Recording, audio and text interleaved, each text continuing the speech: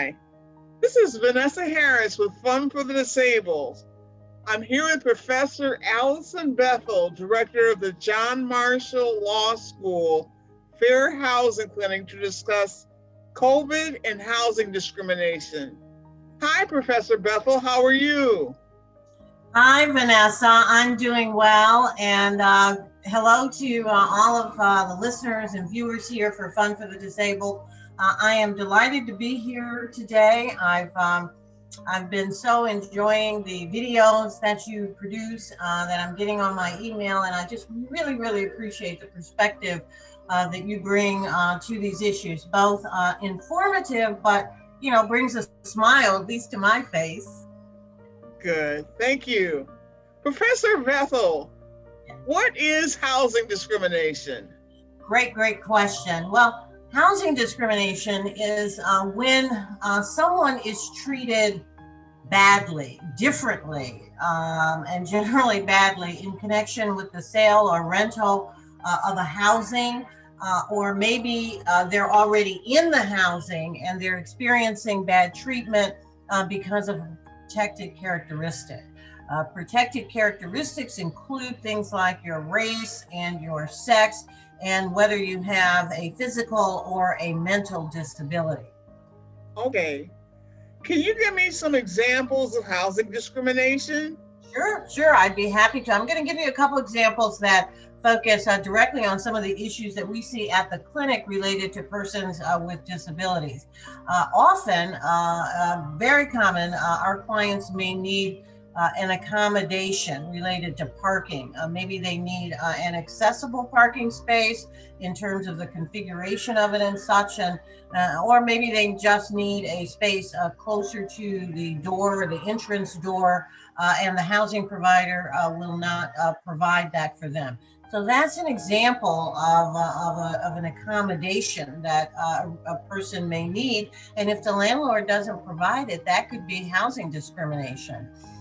Another example that we see frequently is where maybe a person with a mental or physical illness needs a live-in caregiver, a live-in aide to help them out. And those types of accommodations also have to be approved in terms of the bedroom size. Perhaps maybe you'll need a larger bedroom, 2-bedroom to accommodate the live-in caregiver, or some other accommodation for the live-in caregiver, maybe an extra key fob, those types of things.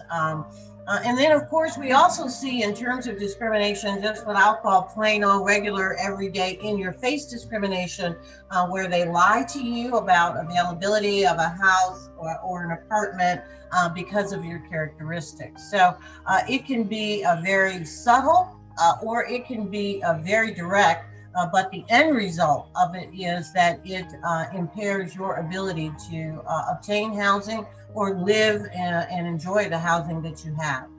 Oh, wow. Okay. Let's talk about COVID and housing discrimination. Is COVID a disability under the Fair Housing Act? Oh, another great question, Vanessa. And a great lawyer's answer is it depends. The definition of a person with a disability is very broad, similar to the definition under the ADA. In fact, Fair Housing Act borrowed that definition. And so it basically is anyone who has a physical or mental impairment that substantially limits a major life activity. And major life activities, of course, are walking, talking, seeing, eating, breathing, those types of things. So if the effects of your COVID on you are substantially limiting you in those areas, major life activities, then yes, it could definitely be a disability under the Fair Housing Act. Another aspect, though, of the definition of a person with a disability under the FHA is someone who is regarded as having an impairment, regarded as. We used to see those cases in the context of AIDS when it first developed.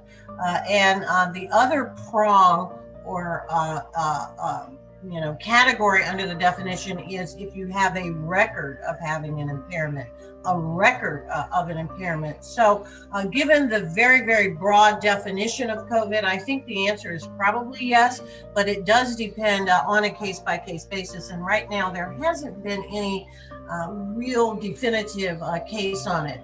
But one other thing I'll say is that many, many people with COVID have underlying conditions that would qualify as a disability under the Act 2, under this definition that I just gave. So the answer is maybe, and certainly most likely in many instances. Okay, great. Can I get a reasonable accommodation for housing if I have COVID-19? Yes, you definitely may be able to. Again, it's a very fact-specific inquiry that looks at the nature of your disability and how it affects you and the accommodation that you are requesting. So, for example, we have had people with COVID request accommodations in terms of the both the time and the manner that they either view an apartment that they're interested in renting or purchasing, or in when people come to view maybe the apartment that they're living in to rent or sell. Things like maybe they need to limit the times that people are coming through the unit, or maybe even the manner, and instead of in-person showings, switch to more virtual and that type of thing. Seeing a lot of that during COVID. We've had people, I have a client right now who needed an accommodation in terms of not being moved to a different apartment. Her landlord was moving people in the building to different apartments as they were upgrading the building. And her doctor said that it would be, not good for her health for her to be moved at this time. So we were able to hold off on that move for her. So definitely you may need an accommodation during the course of COVID to help minimize your exposure to that.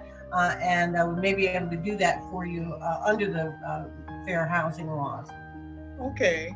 Who can I contact for help about fair housing? Great question. Well, of course, Vanessa, you can contact our office, the Fair Housing Legal Clinic at the University of Illinois at Chicago. Our telephone number is area code 312-786-2267. And of course, you can find us on the website.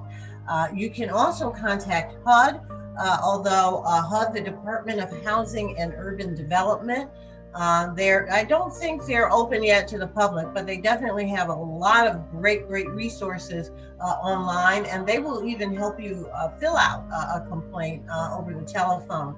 And then, of course, we are very fortunate here in Chicago to have a number of other government agencies, the Illinois Department of Human Rights, the Chicago Commission on Human Relations, and the Cook County Human Rights Board. And then there's some other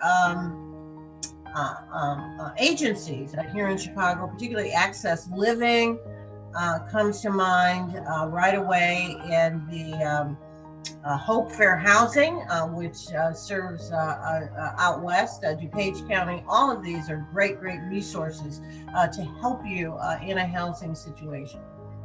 Okay, great. Thank you very much. Thank you, Professor Bethel Thank of the you. John Marshall University of Illinois Fair Housing Clinic for giving us some important information about COVID and housing discrimination. Thank you. Yeah. This is Vanessa Harris with Fun for the Disabled signing off. Bye-bye.